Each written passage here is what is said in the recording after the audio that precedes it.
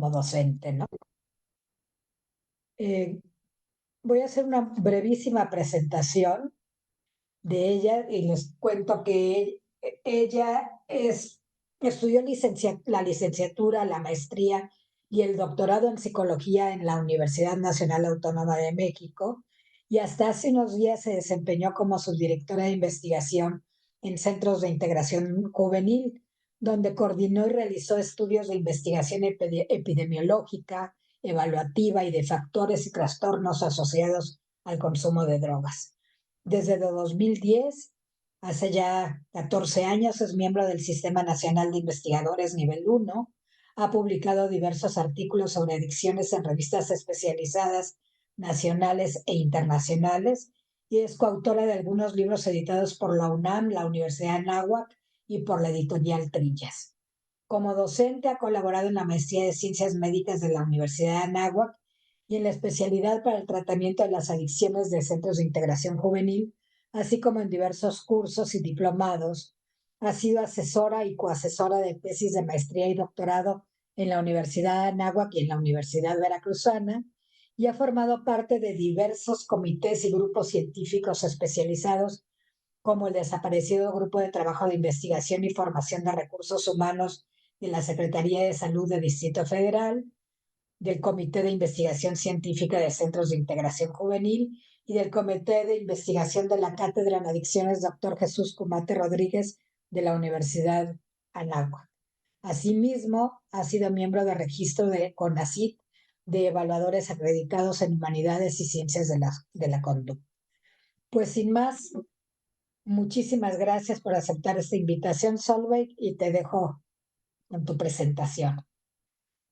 Pues muchas gracias, Xochitl, por esta invitación.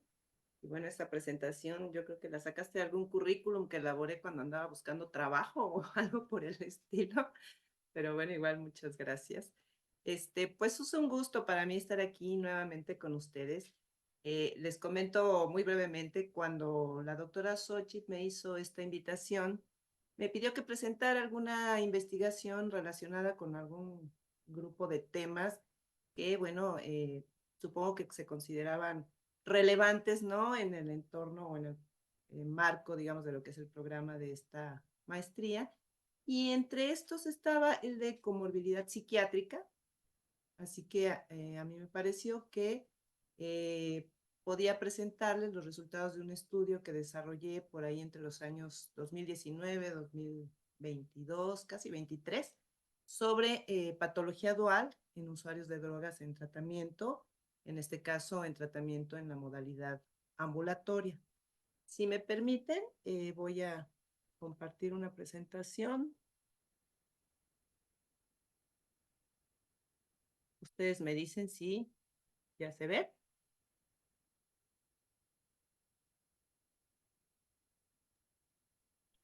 Ya, muy bien. Ok.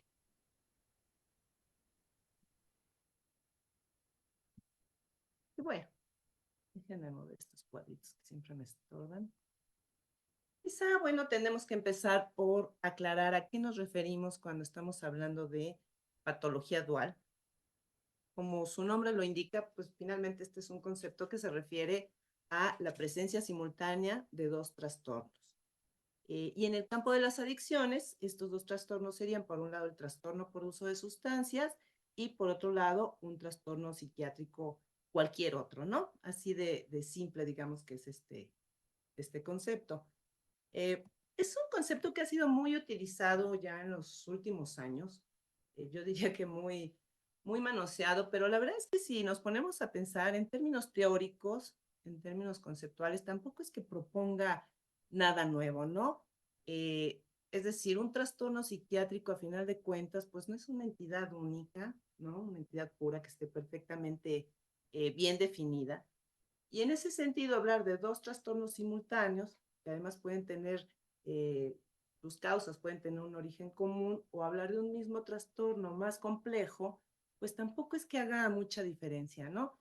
En realidad, un poco esto de la patología dual tiene que ver con que realmente el estudio de los trastornos psiquiátricos y de los trastornos por uso de sustancias han seguido como una evolución, un camino separado, ¿no? Por razones históricas, y que tienen que ver, es al menos mi impresión, con que finalmente desde hace muchísimos años el trastorno mental ha sido concebido como una enfermedad, mientras que el uso de sustancias, pues al menos hasta los años 60, digamos, era conceptualizado no como una enfermedad, sino pues como una conducta delictiva, ¿no? Es decir, el consumo de drogas era una conducta delictiva, el usuario de drogas era un delincuente, ¿no? Y no fue sino por ahí hasta principios de los años 70 que empieza a haber un cambio de paradigma, ¿no? Sobre todo a partir de las primeras encuestas epidemiológicas que se empiezan a desarrollar por ahí en esa década, que el consumo de sustancias, el consumo de drogas comienza a ser visto, a ser mirado como una enfermedad. Y entonces el usuario de drogas pasa de ser de un delincuente a un enfermo, ¿no? Y entonces ahí sí ya digamos, el estudio de los trastornos psiquiátricos y el del consumo de sustancias ya están como en el mismo terreno. Pero digamos, esta separación tiene que ver un poco con esta historia. Y entonces empieza a surgir el concepto de patología dual, un poco como con la finalidad de integrarlos, ¿no? Pero pues si nos ponemos a pensar en realidad, ¿qué diferencia hace hablar de dos trastornos, ¿no? O de un trastorno más complejo? Sin embargo, hay que reconocer o conceder que este concepto de patología dual puede resultar útil para efectos de diseñar programas de tratamiento, que tanto desde el punto de vista farmacológico como clínico puedan estar más focalizados. Es decir, si tenemos suficiente información sobre qué trastornos psiquiátricos acompañan al consumo de sustancias de un paciente, pues podemos desarrollar tratamientos un poco más efectivos, ¿no? Mejor dirigidos al problema de ese paciente en particular. Mi idea es que si además de poder identificar qué trastornos psiquiátricos acompañan al consumo de sustancias, podemos identificar qué trastornos, qué tipo de trastornos mentales son más frecuentes dependiendo del tipo de sustancia de consumo, entonces podemos tener tratamientos más efectivos y también más eficientes, ¿no? Porque podemos incluso estandarizarlos para grupos de usuarios, ¿no? Es decir, ¿qué tipo de trastornos son más frecuentes en el usuario de marihuana? ¿Qué tipo de trastornos psiquiátricos son más frecuentes en el usuario de heroína? Que muy posiblemente son distintos, ¿no? Y bueno, el problema es que realmente sí es poca la información que se genera, digamos, con ese nivel de especificidad, al menos en México. Sí es cierto que se han aplicado y desarrollado encuestas de patología dual con población abierta, eh, se han hecho encuestas también con población de usuarios de drogas en tratamiento, pero el problema con estas encuestas es que la mayoría nos arrojan pues, resultados muy generales, es decir, sí nos muestran cuáles son los principales trastornos eh, psiquiátricos comórbiles al uso de sustancias, pero de manera general, ¿no? Es decir, entre los usuarios de drogas, los principales trastornos psiquiátricos son estos, ya sea en población abierta o en población clínica. Pero no tenemos este tipo de estudios que nos permita desglosar cuáles son los principales trastornos psiquiátricos dependiendo del tipo de sustancia que se consuma, ¿no? Y en ese sentido es que consideramos que se requiere de estudios, de diagnósticos que nos permitan identificar de un modo mucho más específico, más focalizado, la presencia de estos trastornos entre distintos grupos de usuarios en función de la droga de consumo. Y bueno, entre los antecedentes de estudios sobre esta problemática en México, yo destacaría este estudio que se realizó por ahí en el año 2017 con una muestra pues relativamente pequeña de usuarios. Aquí.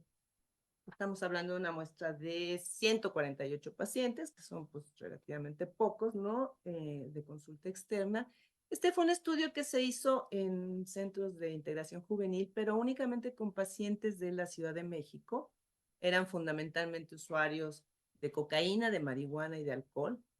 y ustedes van a notar una diferencia interesante entre los resultados de este estudio y el que les voy a presentar a continuación, aunque hay que tomar en cuenta que estos son pacientes de la Ciudad de México y que estamos hablando del 2017, ¿no? Y bueno, entre estos se encontró como trastornos comórbiles más frecuentes el trastorno antisocial de la personalidad, por mucho, si se fijan, muy por arriba de los otros trastornos. En segundo lugar, el TDAH, el episodio depresivo mayor, la ansiedad generalizada, episodio maníaco hipomaníaco, intento suicida.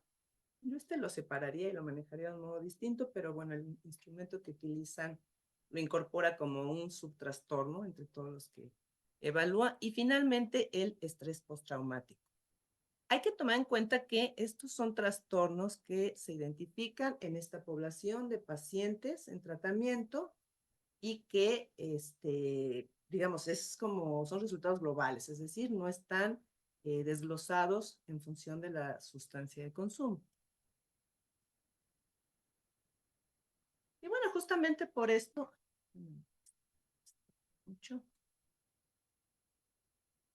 es que desarrollamos este estudio con el objetivo de identificar cuál es la prevalencia de los trastornos psiquiátricos comórbiles más frecuentes en los usuarios de drogas que asisten a tratamiento en consulta externa.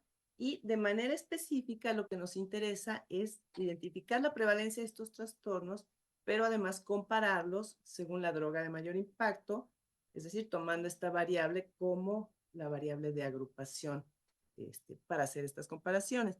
¿Qué es la droga de mayor impacto? Digo, sabemos que los usuarios no son en general monousuarios, casi todos consumen varias sustancias, pero consideramos que la droga de mayor impacto podía ser útil para clasificar a los distintos grupos de usuarios porque se trata, digamos, de la droga que más problemas le causa al paciente. Generalmente es la droga que motiva la solicitud de tratamiento, ¿no? Entonces, nos pareció que era un buen criterio como para identificar realmente de manera diferenciada a los usuarios fundamentalmente de marihuana, con los usuarios de cocaína, con los usuarios de heroína, etcétera, ¿no? Y bueno, entre otros objetivos, también teníamos la intención de identificar cuál era la prevalencia de estos trastornos por región. Queríamos ver si había diferencias regionales. Aquí les adelanto que estos resultados no los presento porque no encontramos diferencias regionales que fueran significativas y porque también al momento de este corte, este fue un primer corte que hicimos con 592 pacientes, al final acabamos reuniendo una muestra como de casi 3,000 pacientes, pero digamos que en este primer corte todavía no levantábamos información en la región noroccidental. Y nosotros intuíamos que en la región noroccidental íbamos a encontrar pacientes que tuvieran un perfil muy diferenciado, claramente diferenciado del perfil de los usuarios de drogas de las otras regiones del país. ¿Por qué esto? Porque en la región noroccidental tenemos muchos usuarios de heroína y los usuarios de heroína sí tienen, digamos, un perfil bastante distinto del de los usuarios de otras drogas, ¿no? Generalmente son pacientes de mayor edad, son pacientes con mayor disfuncionalidad, viven en condiciones de mucho mayor marginalidad que los otros usuarios de drogas y suponíamos que esto iba a marcar una diferencia entre los principales trastornos psiquiátricos comórbiles de los pacientes de esa región, ¿no? Aquí lo que ocurrió es que se nos fue un detalle, ¿no? Y eso pasa a veces cuando uno diseña una investigación, y es que los usuarios de heroína generalmente se atienden en tratamiento residencial y no en tratamiento ambulatorio. Y bueno, este estudio estaba pensado para una población de pacientes en tratamiento de consulta externa, ¿no? No quiere decir que no haya pacientes, que no haya usuarios de heroína que se atiendan en consulta externa, pues son muy poquitos. Y en la región noroccidental, particularmente en Tijuana, teníamos pacientes que asistían, por ejemplo, al programa de tratamiento por sustitución de metadona, pero realmente no eran pacientes que estuvieran en tratamiento, ¿no? Eran pacientes que asistían a las unidades de metadona por su dosis, ¿no? De casi diario, y se retiraban, es decir, no estaban en tratamiento psicoterapéutico. No podía comparárseles, digamos, con la muestra de pacientes de consulta externa, entonces tampoco podíamos incorporarlos, ¿no? Finalmente, pues no teníamos suficientes pacientes usuarios de heroína, reunimos una muestra ahí muy chiquitita, y entonces, pues esto de la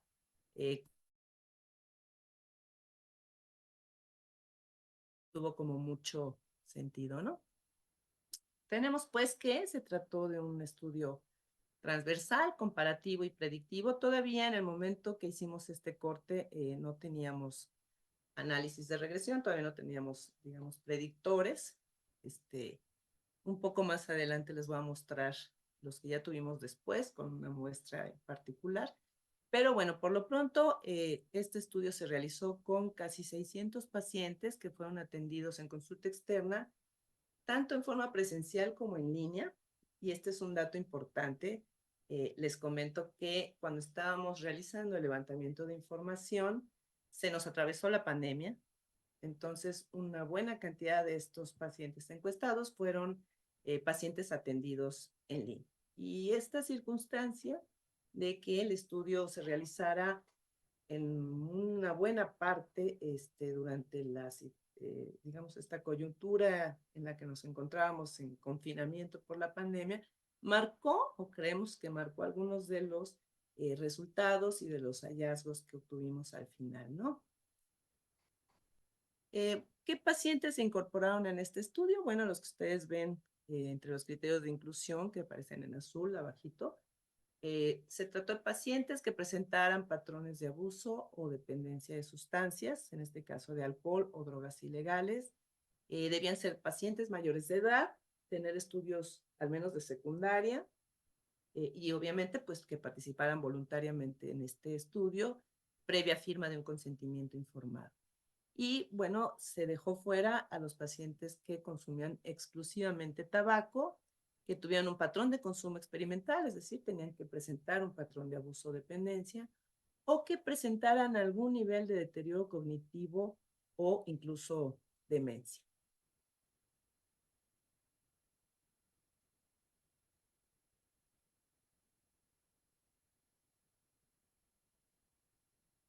No me está avanzando. Okay. Bueno, ¿qué instrumentos utilizamos? En principio utilizamos, bueno, una ficha de datos sociodemográficos y de identificación. Aplicamos el MoCA, Montreal Cognitive Assessment, que es un instrumento que permite descartar deterioro, daño cognitivo, deterioro orgánico, incluso demencia. Se aplicó también un formato de registro del patrón de consumo en la modalidad de alguna vez, último año y último mes. Se aplicó el ASIST para valorar la severidad del consumo y se aplicó un formato de consentimiento informado. Esto se subió a la plataforma electrónica mediante formularios de Google y también se aplicó la mini entrevista neuropsiquiátrica internacional, que es la que conocemos como Mini Plus en su versión 5. Este es un instrumento que permite, digamos, diagnosticar un conjunto de trastornos psiquiátricos y de subtrastornos, ¿no? Tanto actuales como en el pasado. Son trastornos compatibles con los criterios del DSM-4 y del CIE y están organizados en 26 módulos. Este es un instrumento muy complejo, déjenme les comento.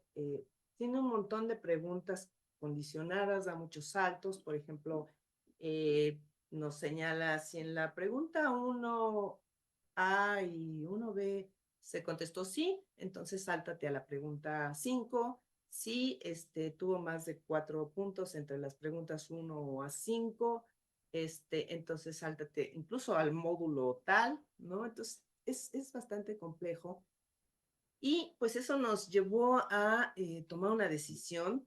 Nosotros queríamos hacer esta aplicación con pacientes de todo el país y pues esto suponía una gran complejidad para la capacitación de los terapeutas en la aplicación del instrumento. Entonces decidimos desarrollar una aplicación electrónica donde se pudieran programar todos estos saltos y todos estos condicionamientos para poder ahorrarle un buen tiempo a los terapeutas, ¿no? La verdad es que el desarrollo de esta aplicación electrónica nos llevó casi un año, por muchísimas cosas. Digo, les platico esto más o menos para que se vayan familiarizando con todas las complejidades y las complicaciones que tiene a veces una investigación, sobre todo que pretende tener un alcance nacional y con una muestra grande, ¿no?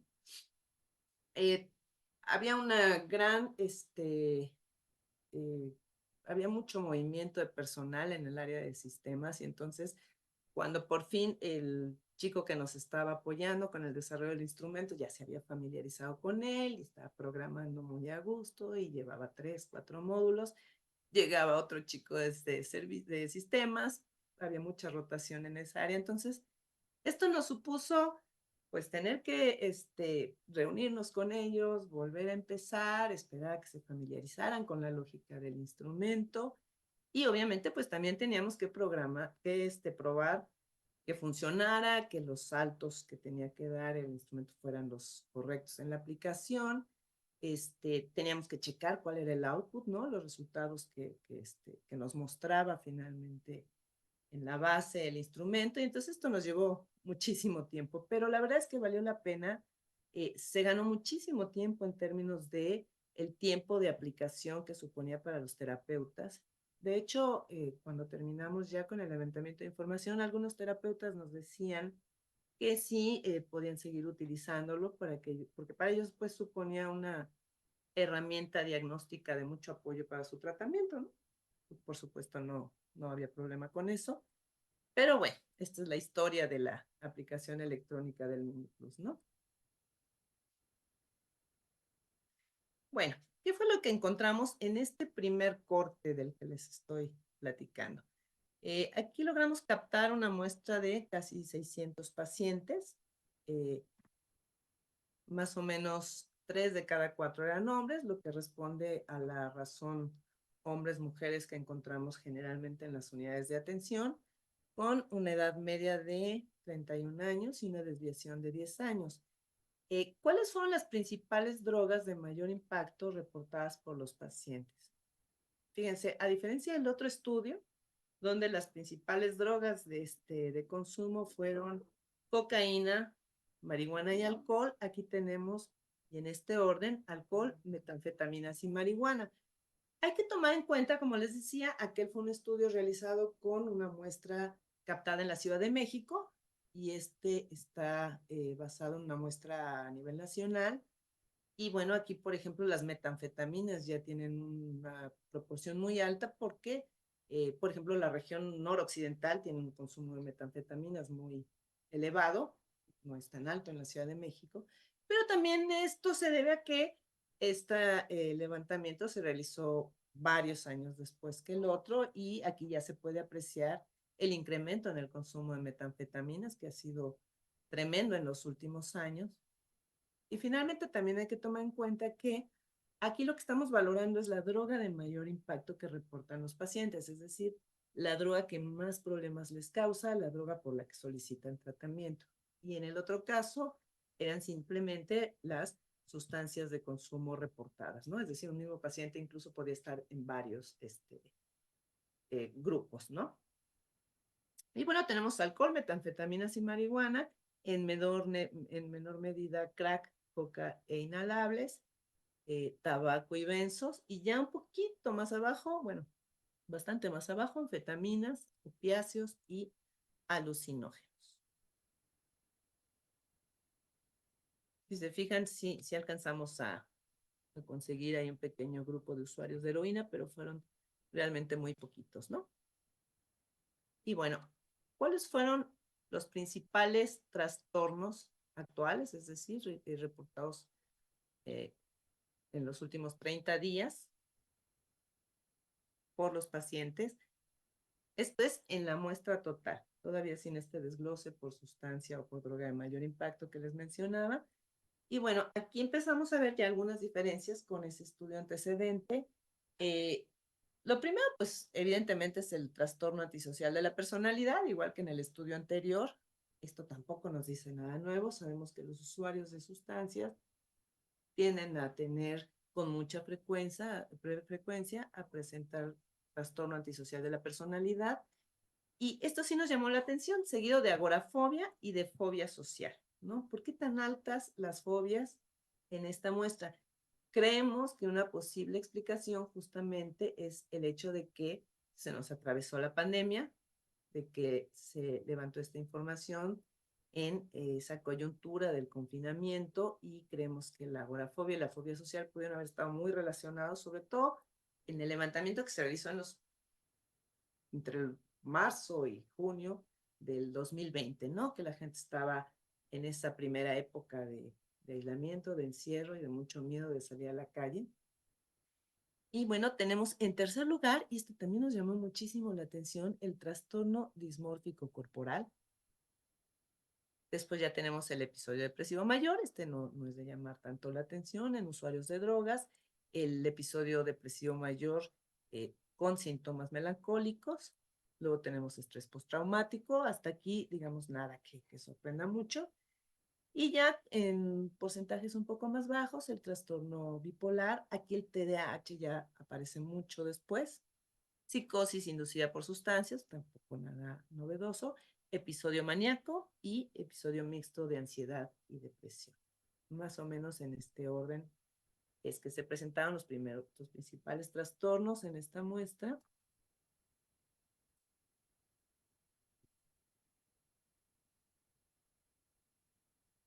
Y bueno, si desglosamos o comparamos entre hombres y mujeres, podemos ver que los 5 principales trastornos que encontramos se presentan tanto en hombres como en mujeres. Sin embargo, el orden en que se presentan y la prevalencia con que se presentan sí es distinta y este ya es un dato y un dato muy interesante, ¿no? Por ejemplo, en los hombres el trastorno antisocial de la personalidad es el más prevalente y en el caso de las mujeres tenemos las fobias, ¿no? La agorafobia y la fobia social.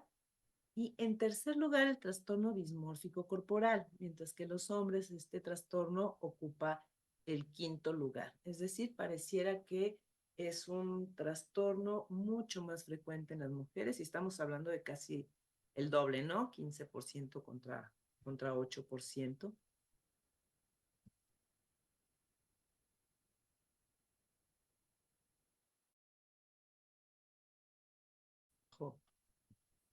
Avanzar. Bueno, si separamos los trastornos del estado de ánimo, si me alcanzó de los numeritos.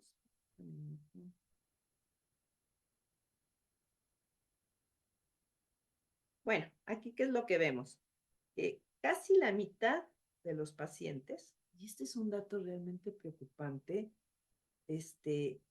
porque casi la mitad de estos pacientes reporta riesgo de suicidio, ¿no? Es decir, que alguna vez han pensado, han planeado o incluso han intentado el suicidio, ¿no? Y de estos pacientes, 17% es lo que vemos en el cubito que está abajo a la derecha, presenta un nivel de riesgo alto, ¿no? Este es un dato que a mí me parece bastante preocupante.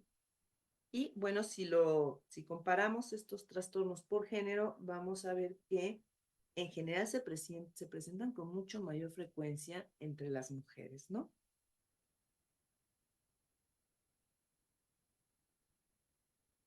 Y bueno, ahora sí, ¿cuáles son los principales trastornos por tipo de droga? Esto digamos que es el objetivo principal de este estudio. ¿Y qué es lo que encontramos? Bueno, el trastorno antisocial, que son la columna color rosa, es el trastorno más común en los usuarios de todas las sustancias, con excepción del alcohol. En el caso del alcohol es el segundo trastorno más común, ¿no? Y tiene cierta lógica, pues, ¿no? El alcohol finalmente es una droga legal, todas las demás son drogas ilegales, ¿no? El trastorno dismórfico corporal es el más frecuente en los usuarios de metanfetaminas, ¿no? Aquí empatado con el antisocial, y el segundo más frecuente en los de marihuana. Fíjense, esto, Estamos hablando de las columnas color verde. Curiosamente, metanfetaminas y marihuana, que son las sustancias de mayor uso entre las mujeres, ¿no? Tenemos el episodio depresivo mayor. Si ustedes se fijan, el episodio depresivo mayor es la columna cafecita, ¿no? Y la gris es el episodio depresivo mayor con síntomas melancólicos. Y aquí llama la atención una cosa, ¿no? Es el segundo lugar entre los usuarios de crack y de marihuana, ahí empatado con el dismórfico. Pero sí llama la atención que mientras el episodio depresivo mayor con o sin síntomas melancólicos tiene una prevalencia muy alta entre los usuarios de crack, es decir, estamos hablando del segundo y tercer lugar, aquí se ve, ¿no? La columna cafecita y la gris en los usuarios de crack. Entre los usuarios de cocaína, en cambio, está en los últimos lugares. Y esto, pues, es un indicativo de que realmente los usuarios de crack y de coca no son los mismos. Generalmente teníamos la idea de que los usuarios de coca y de crack eran prácticamente los mismos. Cuando se les acababa el dinero para adquirir cocaína, se pasaban al consumo de crack, que es mucho más económica, tiene, digamos, efectos semejantes, pero no, en realidad, al menos a nivel de los trastornos comórbiles que acompañan a unos u otros usuarios, vemos que hay una diferencia importante, ¿no? Tenemos a la la agorafobia, sí, es la columnita anaranjada. Y bueno, aquí encontramos que esta es la más común en los usuarios de alcohol y la segunda más frecuente entre los usuarios de cocaína. Es decir, aquí ya empezamos a ver diferencias importantes entre los distintos usuarios. Hay que tomar en cuenta que aquí, bueno, todavía el tamaño de los grupos es muy distinto. Tenemos grupos muy grandes, ¿no? Como el de alcohol y metanfetaminas, el de marihuana más o menos, y tenemos grupos muy chiquitos, como el de cocaína, por ejemplo, ¿no? Pero digamos, aún con estas, sin controlar, digamos, el efecto que puede tener el tamaño de los grupos tan distintos todavía, ya empezamos a ver que los principales trastornos separados o desglosados por tipo de sustancia de consumo ya empiezan a mostrar algunas diferencias, ¿no?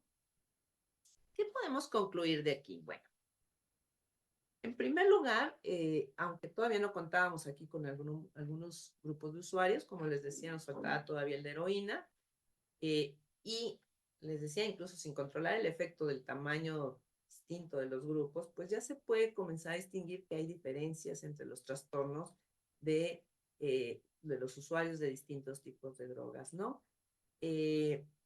También encontramos que los trastornos comórbiles más frecuentes entre los usuarios de drogas, como el trastorno antisocial de la personalidad o las fobias o el episodio depresivo mayor, pues no necesariamente son los más frecuentes si los separamos por tipo de drogas. Encontramos también que la atención de un usuario de sustancias, es decir, de un usuario de drogas en general,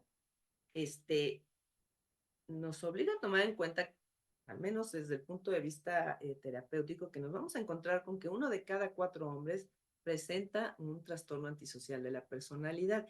Y esto hay que tomarlo en cuenta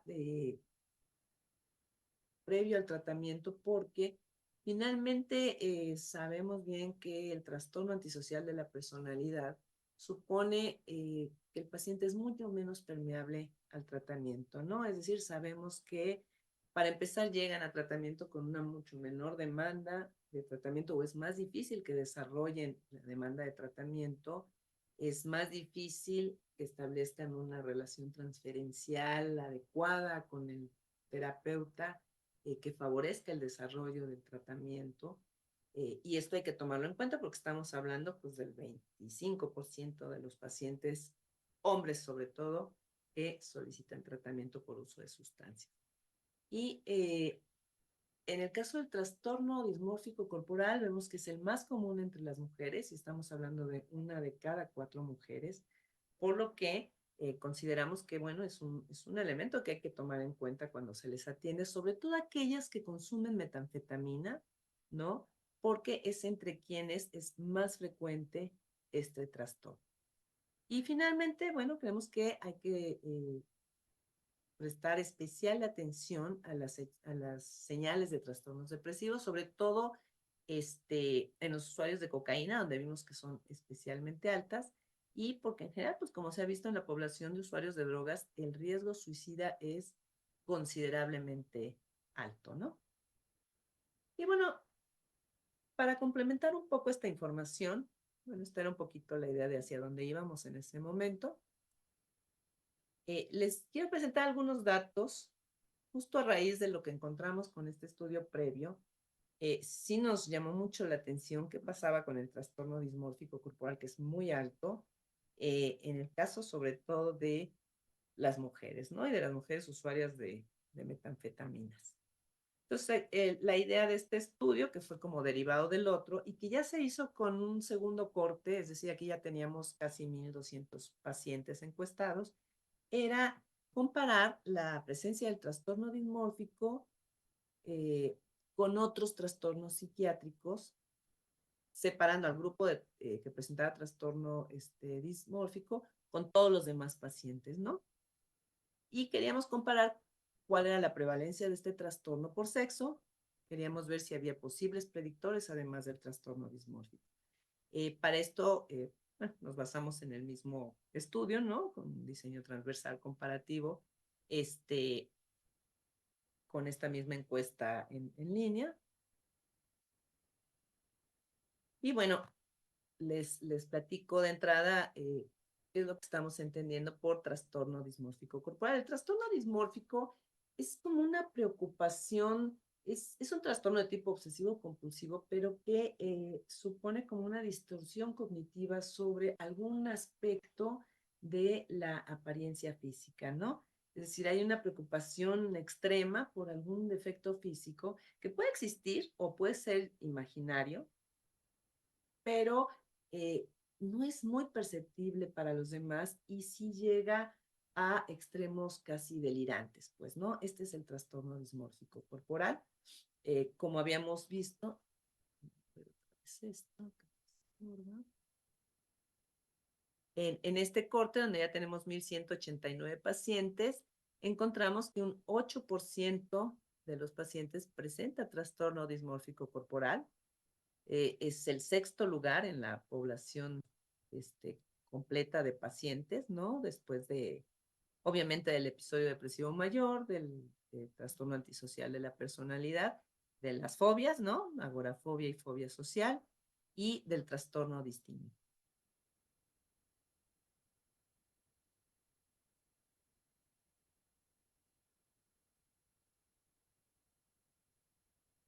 Y bueno, haciendo esta comparación entre los pacientes que presentan trastorno dismórfico y el resto de los pacientes, ¿qué es lo que encontramos?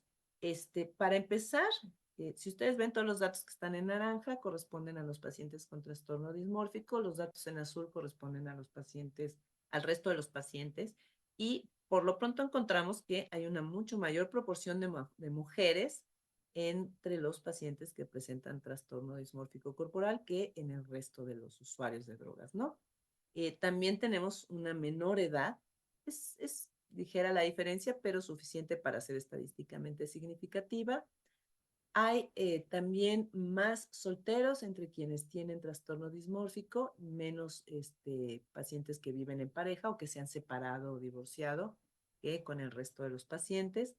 En la ocupación hay algunas diferencias, pero no son estadísticamente significativas. Sí hay diferencias en cuanto al nivel educativo. Los pacientes con trastorno dismórfico tienen una mayor proporción de estudios de licenciatura y muy pocos con estudios únicamente de primaria. Y en cuanto a las principales drogas de uso,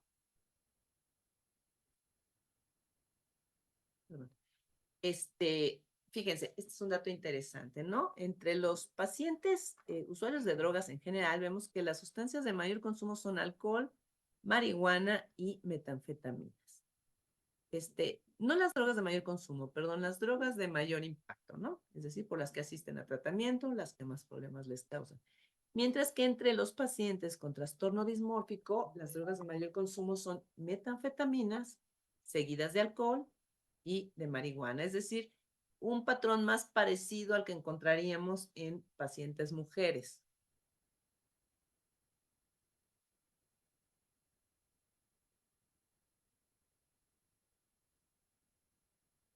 Tengo con el problema para cambiar de... Otro dato interesante que encontramos en esta comparación es que el riesgo de suicidio actual, es decir, el hecho de que hayan pensado, planeado o intentado suicidarse en los últimos 30 días es muchísimo más alto en los pacientes que presentan trastorno dismórfico que entre los demás pacientes, ¿no? Estamos hablando de un 56 contra un 38%.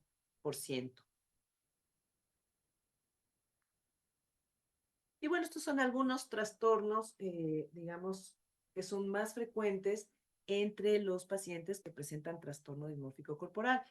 Con frecuencia presentan ansiedad generalizada, distimia y, bueno, obviamente trastorno antisocial y depresión. Y bueno, aquí sí hicimos algunas regresiones para ver si podíamos encontrar algunos predictores del trastorno dismórfico corporal y encontramos dos predictores significativos. Aquellos pacientes que son solteros y que son de sexo femenino tienen una probabilidad significativamente mayor que el resto de los usuarios de drogas de presentar trastorno dismórfico corporal. Más o menos por donde habíamos nosotros pensado que podía ir la cosa, ¿no? Y bueno, de este estudio derivado del anterior que podemos encontrar o que podemos concluir, bueno, es un trastorno con una alta prevalencia entre los usuarios de drogas. Estamos hablando de 8%, al menos de los atendidos en centros de integración juvenil. La principal droga por la que solicitan tratamiento los pacientes con trastorno dismórfico es el uso de metanfetamina. Bien, esto es interesante porque años atrás habíamos realizado un estudio cualitativo con entrevistas a usuarios de metanfetaminas y en el caso de las mujeres encontramos que no es que necesariamente utilizaban metanfetaminas con esa razón, pero que una, digamos, ganancia secundaria que encontraban ellas en el consumo de metanfetaminas es que les permitía mantener su peso, ¿no? Mantenerse delgadas, pues. Entonces, esta cuestión de la metanfetamina y la imagen corporal parece que sí está bastante asociada, ¿no? También podemos concluir, bueno, y lo vimos, el riesgo de suicidio actual es mucho más alto entre los pacientes con trastorno dismórfico que entre los otros pacientes o usuarios de otras drogas.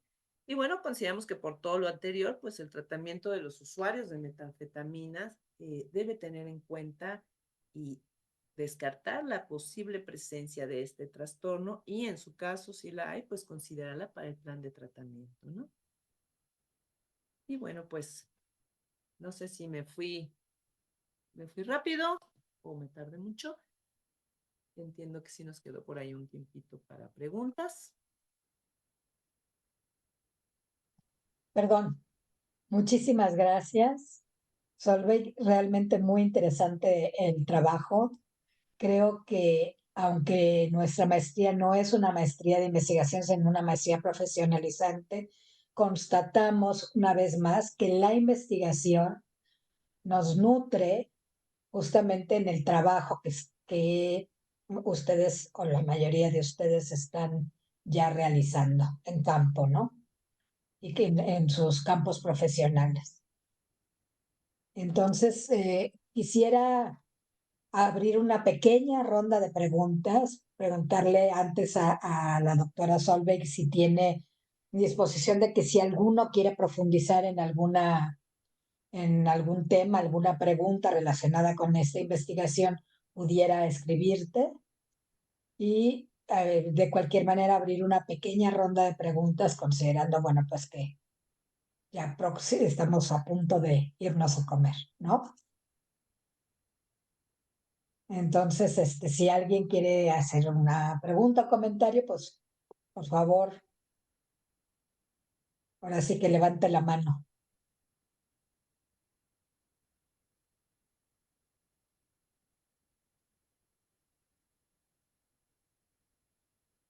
¿Nadie se anima?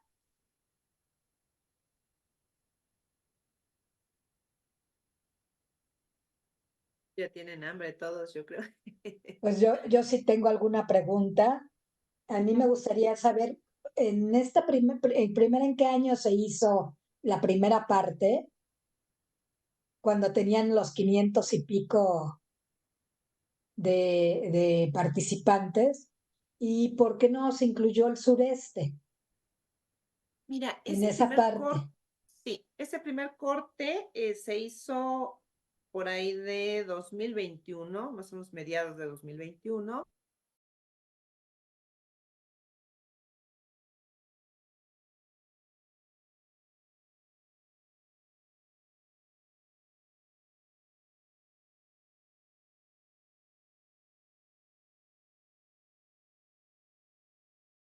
2021, plena pandemia.